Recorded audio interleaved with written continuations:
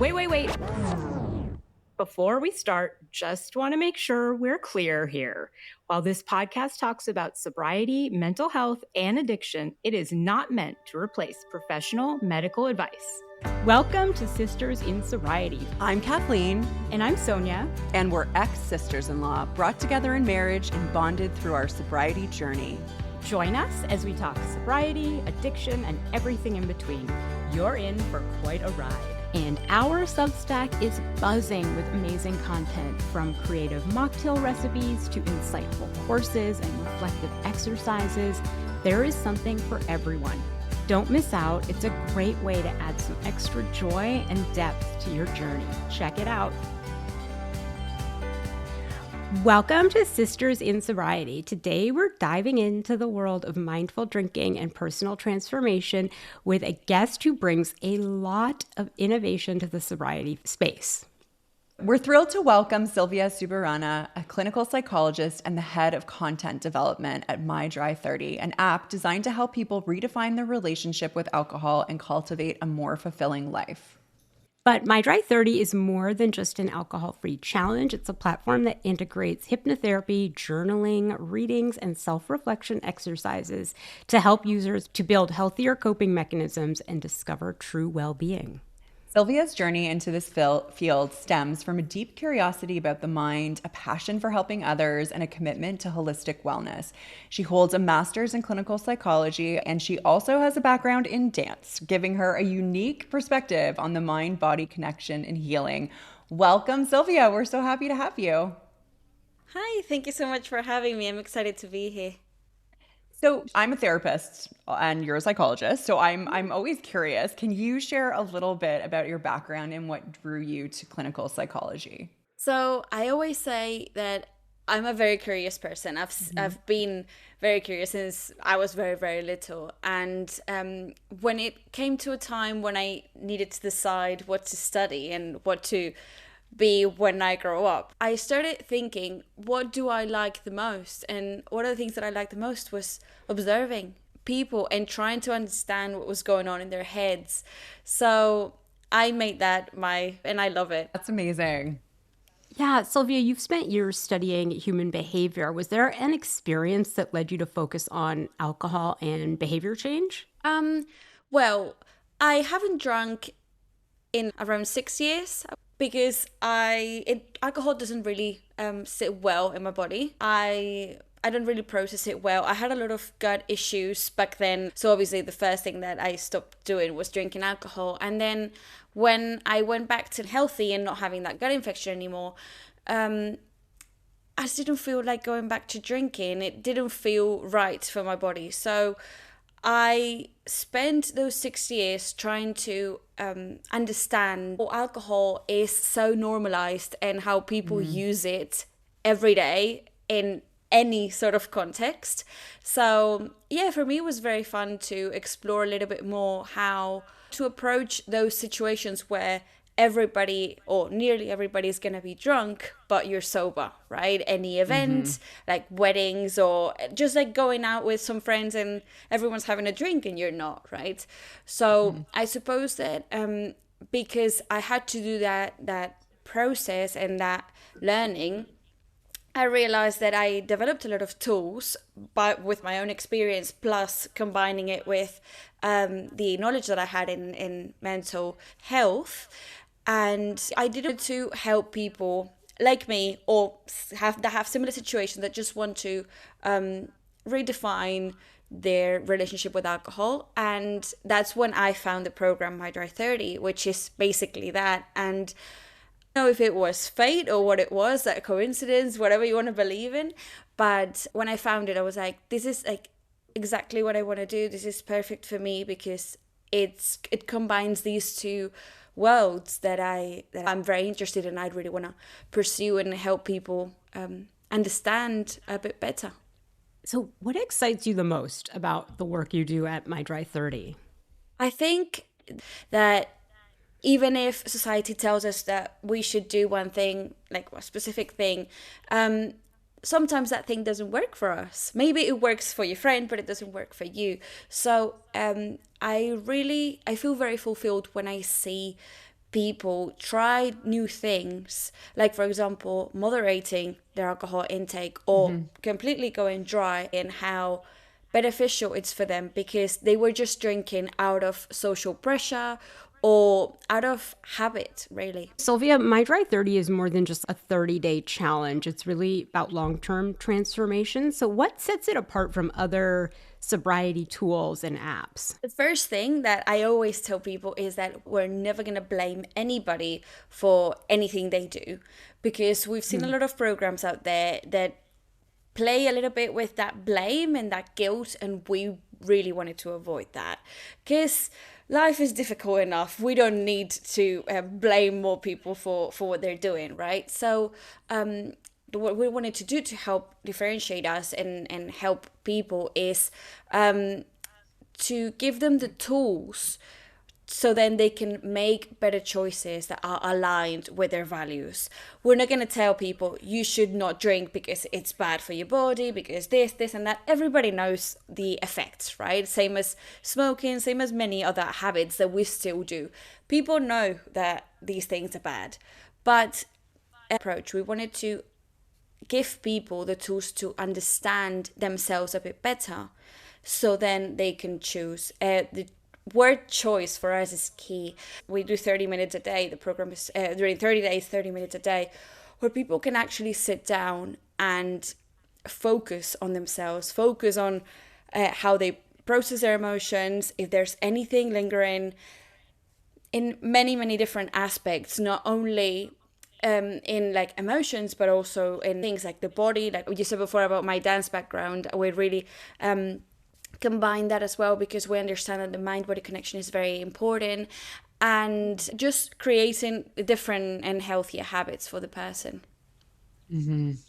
So, Sylvia, what are some of the core psychological principles behind the app's approach? So we have different activities to do a day.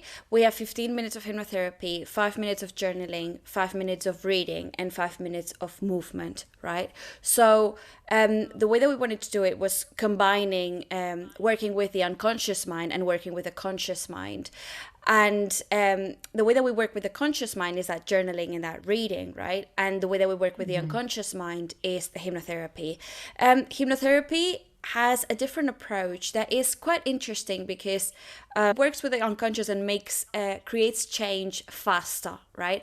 And when I talk about hypnotherapy, some people get out like, I don't want to start acting like a chicken, right? Because it has a bit of a bad name because of movies or theater. But basically what I always tell people is you're never going to lose consciousness. When you are in a hypnotherapy session, which in our case is 15 minutes of audio, you're still aware of everything that's happening. The only thing is that you are going into a very, very deep state of relaxation where all the worries and all the problems that are around your mind just dial down. So then you are more open to suggestion. And then when you listen to healthier and different suggestions, more aligned with what you want to do, then you are more prone to developing those habits faster, because the brain creates that connection between neurons without you even realizing, right? And you don't have to do it only with your willpower, but also it's created with the unconscious mind. I always love to hear about hypnotherapy because I've seen some of my clients have gone to see hypnotherapists outside of therapy, just like for specific issues, and have really seen great benefits from it. Yeah, it's definitely a different approach that it's not very integrated yet, but more and more therapists are realizing that it's a very nice tool to work with for specific things. I wouldn't say for everything, right? But for specific things, right, it can be very, very powerful. So, for example, when I studied my master's degree, we had a teacher that was specialized in hypnotherapy. And then that's the first time that I learned a bit more about it. And it was very interesting because he was like a doctor in clinical psychology.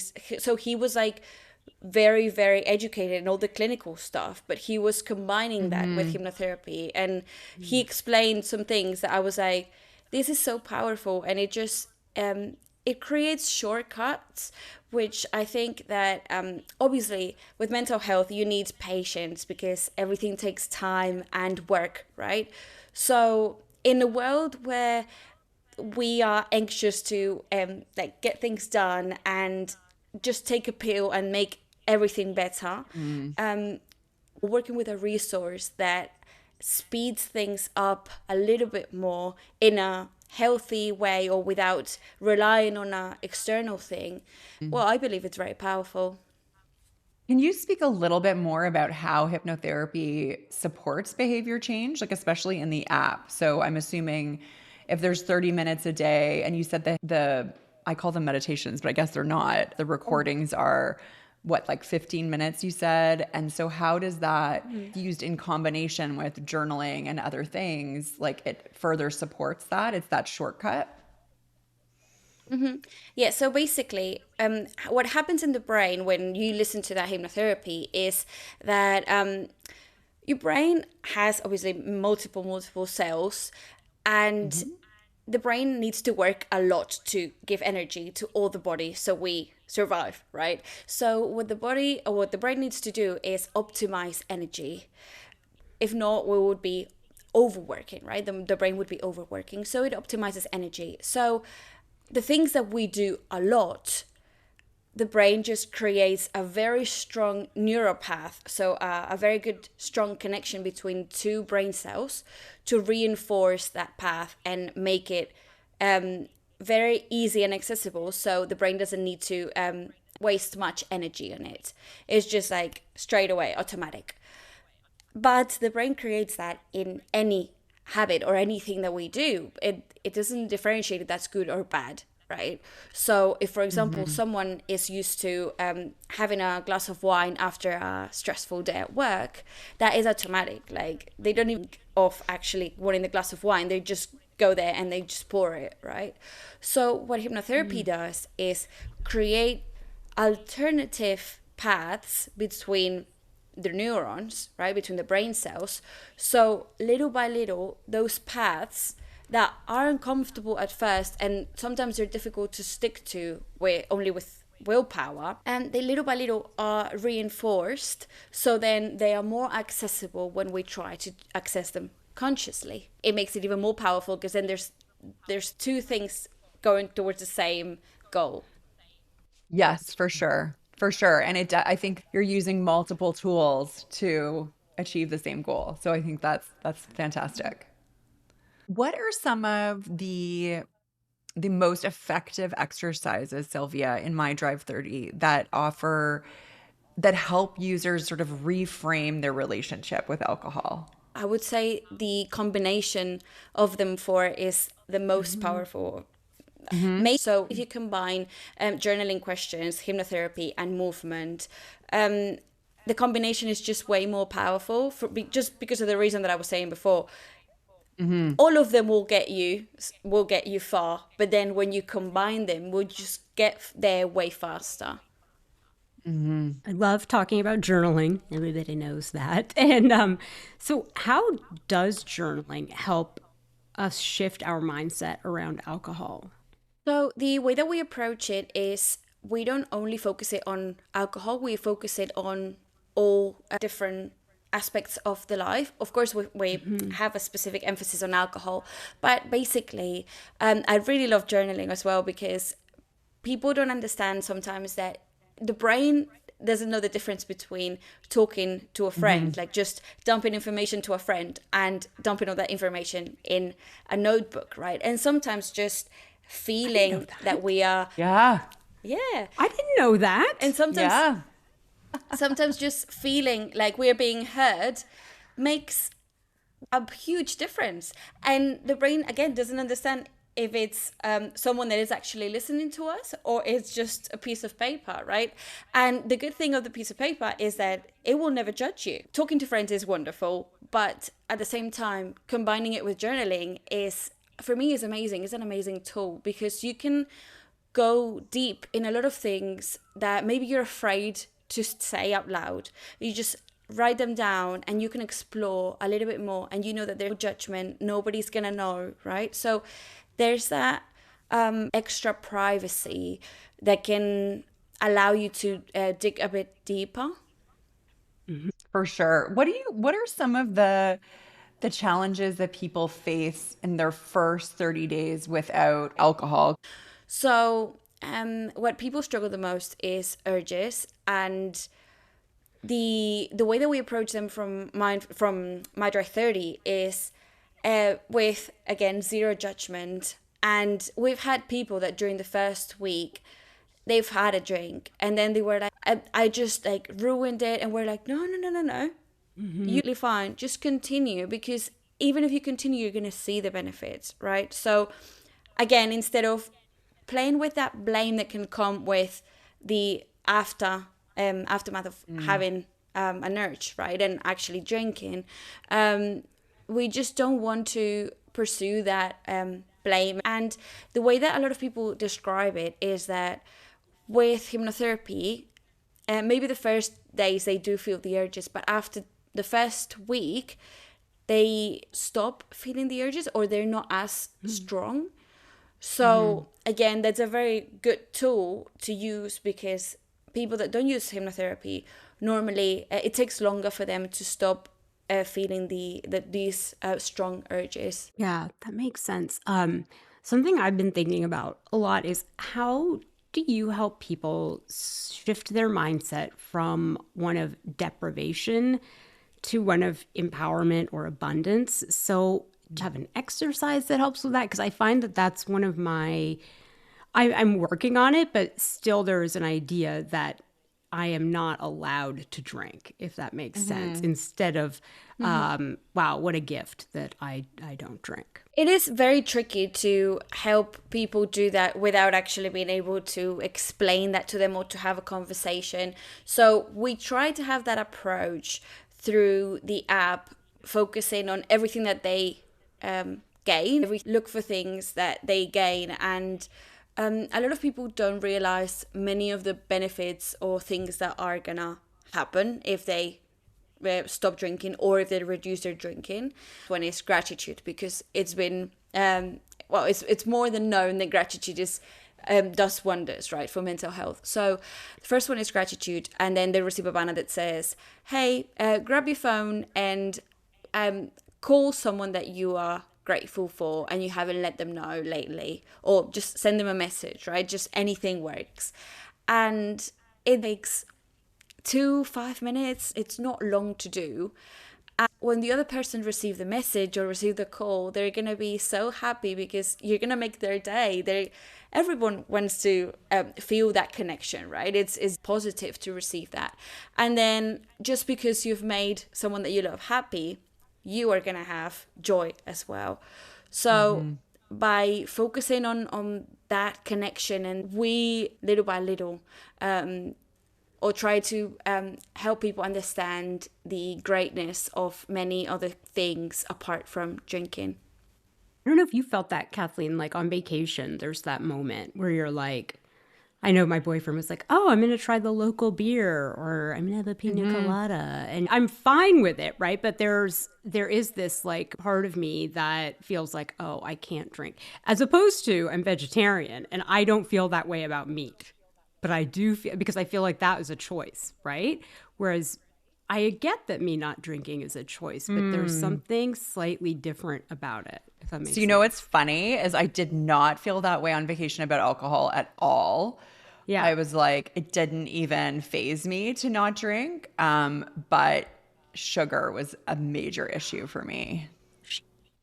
I was like, I want to have that ice cream. Deprivation. You felt like I felt deprivation from sugar, but not from alcohol. Yeah. Yeah. What does that mean? There's this difference between, for example, what you were saying, Sonia, between the meat and the alcohol, because meat doesn't have that addictive component that alcohol has. So the way that it reacts with the brain is different. So even if you don't crave that meat, it's because there's a different process when you eat meat than when you drink alcohol. It affects way more things on the body in the alcohol. It's the same way with like smoking cigars, for example, or like tobacco in general. Yes. A lot of people that say that they quit smoking, they cannot have one, because if they have one, they're going to go back, Yes. right? They're going to go back Yes. into it. So there's that addictive component that, for example, alcohol, tobacco, and many other things have that, for example, meat or other like healthy foods, like quote unquote, don't have. Like sugar No, has the you're right. addictive quality, right? Sugar has that Exactly. in the brain, big Exactly. time. Yeah.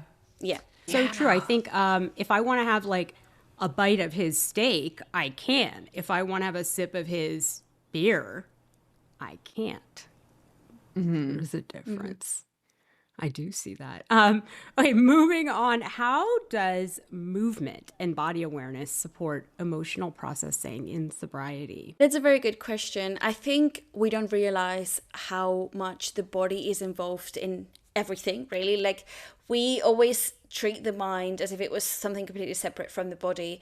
And for example, when I was talking about my gut issues, they were created by my stress, right? And I was not dealing with that stress. I was not focusing on that stress. I was just like dismissing it. And then eventually, when you dismiss it all the time, the body needs to tell you, needs to scream somehow. And that's when my gut got sick, because it was like, if you're not gonna take care of the signals that we're sending you, we're gonna make it bigger until you can actually not eat properly, or you can like not live properly. So you address this, right? And for me, obviously, I lived that, and it was very strong for me to see that, because I was like, that's literally my body screaming, and I could feel it. And when I went to the doctor and I treated that, I remember perfectly, my doctor said, I can give you the antibiotics that you need, you can do the diet, you can be the perfect patient, and you'll be all right in 3 months. But if you don't treat that anxiety and that stress that you were having, we're going to see each other again in less than a year. And well, I went back 1 year after, and I did the treatment again. And then I was like, okay, no, like this cannot happen, because I cannot have antibiotics every single year. That's really bad for the body. So that's when I was like, okay, I really need to focus on dealing with that and understanding my stress and working with that and giving it some space to just express itself, right? Not suppress it. So that body-mind connection, it happened to me, but it's happened to many, many, many different people. And I see it every day, where people just dismiss those symptoms, and then eventually it just becomes big. Actually, a lot of researchers think that stress has a lot of influence in cancer as well, unfortunately. So the more stressed that we are, the more chances we have. It's not like if you're stressed, you're going to have cancer, but there's more chances of it happening, because in the end, stress just stresses all systems in the body, like for example, the digestive system, the reproductive system. So the body cannot work properly.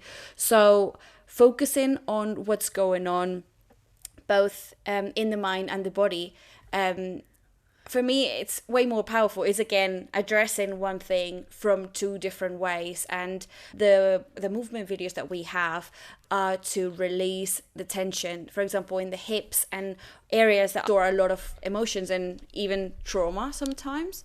So by just creating that movement and that space for them, the body relaxes, and then because the body is relaxed, the mind receives those signals of relaxation. Right? If the body is tense, then the mind will be tense, because it receives like tension signals from the body. It also, stress causes lots of inflammation, right? So Yes. that's also, I mean, cancer's linked to inflammation. Many cancers, not all cancer, but some cancers are linked to inflammation. So one of the key things about stress that I find really interesting is you can't eliminate all stress from your life, but it's perceived stress. So one person will experience a stress from a situation and another person won't. So really having those healthy coping mechanisms to handle stress. So what What are some of the healthy coping mechanisms that you would recommend for handling stress and emotions? I know movement, it sounds like one of them, but what else? Grounding techniques and breath work for me has made such a difference to actually stop and say, okay, I'm not going to live on autopilot. I'm going to sit down and actually take accountability of what's happening and understand where these emotions are coming from and sit with that because it can be uncomfortable sometimes. I'm still mastering that because it's very difficult, but for me, grounding techniques to stop the overthinking has also been key, because if not, the mind just goes, and you're lost, right? So different grounding techniques. For example, the one, like my favorite one is the 5, 4, 3, 2, 1 involving the senses. I don't know if you know about that, but it's basically you go outside in the garden or like whatever you feel comfortable, and you say out loud 5 things that you can see, and then 4 things that you can touch, and you actually go and touch the things, and then 3 things that you can hear, 2 things that you can smell, and 1 thing that you can savor or you can taste, right? Obviously you can change the senses. The important thing is that you actually do involve, like, get the body moving and touching and listening, right? So by engaging all the senses in the here and now, the body focuses on the here and now, so your mind just stops wandering and being like so far away, and also focuses on the here and now. And for me, being able to just cut those negative overthinking cycles and saying, okay, now I can reset and I can continue with my day differently has been key, because if not, you get caught up in those cycles, and then you're there. And I talk to many of my patients that say that they're just stuck in there, and it's very, very hard for them to move on, right? I love grounding techniques. I use them all the time in my practice, and I use them myself, but I also use them with my 10-year-old daughter because they're really easy to understand. And she doesn't like it when I do breath work with her. She is like, stop using your meditation voice, but she doesn't suspect anything when I use the grounding exercises. So that helps a lot. What advice would you give to someone who feels stuck in this cycle of quitting and then starting over and quitting and starting over? Well, there's a lot of emotions that can come from that, right? A lot of judgment sometimes, a lot of shame. A lot of people have a very negative dialogue with themselves, saying that they're not worthy, and I've come back to it again, I'm just not good enough, right? Or of course all those self-doubts, and they're very harmful, and it's very difficult to get out of that cycle of going out and like start drinking and then stopping and then again, if we don't change the internal dialogue. Obviously that's it takes time because it's a mindset thing, but instead of saying I am a failure, changing it to I have failed, even if it's just a tiny tweak, it just changes a lot, because now you're not attributing to you're not a failure, you are just a person that has made a mistake. But everybody makes mistakes, right? So it's way easier to just externalize that.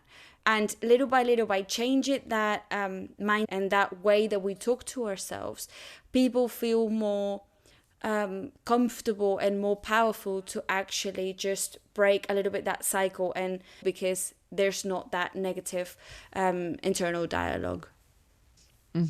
Yeah, that's so interesting. I think also part of that is I would get into that cycle and then convince myself I didn't have a problem and be like, okay, I can have like a drink. So what is your perspective on gray area drinking, and how can people recognize if it's becoming a problem? Are there a few things we can look at and say this is becoming a problem?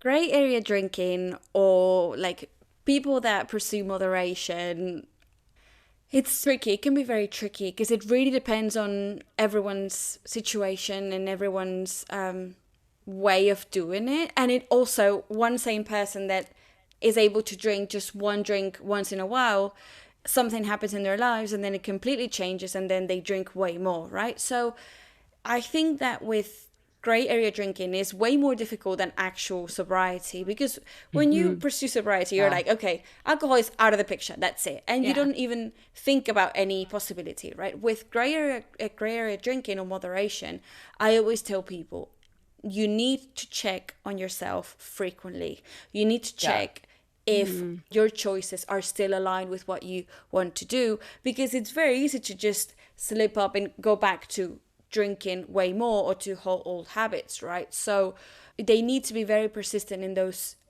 check-ins with themselves, especially when something big in their life happens, loss or any big change, right? So tell people that they need to check, and also they need to understand if gray area drinking is good for them or not, because some people just cannot do it. Some people is all or nothing, right? And they have to accept that as well. It's how their body reacts, and sometimes it takes a while for people to accept that, because they're like, oh, I'm never gonna be able to drink again, right? And it sometimes that feels like catastrophic, right? The same with sugar. For example, I love chocolate, and when I think of I'll never have chocolate again, I'm like, oh hell no, right? Exactly. No. So it takes time to internalize the benefits of actually not having that ever again. So yeah, that's what I always encourage people to be very, very mindful and very conscious of when you're drinking and the reason why you're drinking. Yeah, that's exactly it. I think for me, it's the reason why. Like, are you using it for something? Silvia, what advice do you have for someone who's sober curious, but not sure if they're ready to commit to sobriety? I always tell people to explore. So doing things a bit differently is not going to harm you. The only thing that you can get from that is like you're learning from it. You get growth, you get understanding of ways that your body reacts, right? If you do things a bit differently. So I just encourage people to try different things and think of different scenarios. Thinking of different scenarios can actually help people understand that sometimes it's not as big of a deal as we think it is. So what is next for My Dry 30? So there's the 30 days right now, and then we want to work on 2 paths. One that is full sobriety and one that is sober curiousness or moderation. We call it moderation, right? So it will be 60 days each, where all the exercises will be specific to each path, right? So people can do the program for 90 days, which we believe it's way more powerful. The changes go way further if it's for 90 days than if it's for 30, right? 30 is already a very good start because you learn a lot of things on 30 days. But when you think of creating a habit, sometimes it takes longer than that. Some people think that it's 21 days. That is an old study. It's outdated. That is false, everyone. That is false. It annoys me so much, Silvia. This is like a big pet peeve of mine. I know, yeah, mine too. This. Like, I hate it. Oh my gosh, I can't even handle it. Like every week I'm seeing some influencer being like, if you just do this for 21 days, the habit, and I'm like, no, that is wrong. It's very outdated. I always tell people it can take 21 days, but it can also take a year. So yeah, you don't really know until you try. You don't really know how long it's going to take. And so 30 days is a good start, but at the same time, we know that 90 days is more powerful, right? So we would like to offer that in the future to help people just continue in that path. So after 90 days, it's still not 6 months or a year, but it's a lot already for people to just continue in that path. Well, thank you so much for joining us. It's been very informative. And so thank you. Thank you for coming on. And you're in Australia right now, so it is nighttime for you. So thank you for making the time, Silvia. Yeah, thank you for having me. It's been a pleasure. And thank you all for listening to Sisters in Sobriety, and we will see you next week.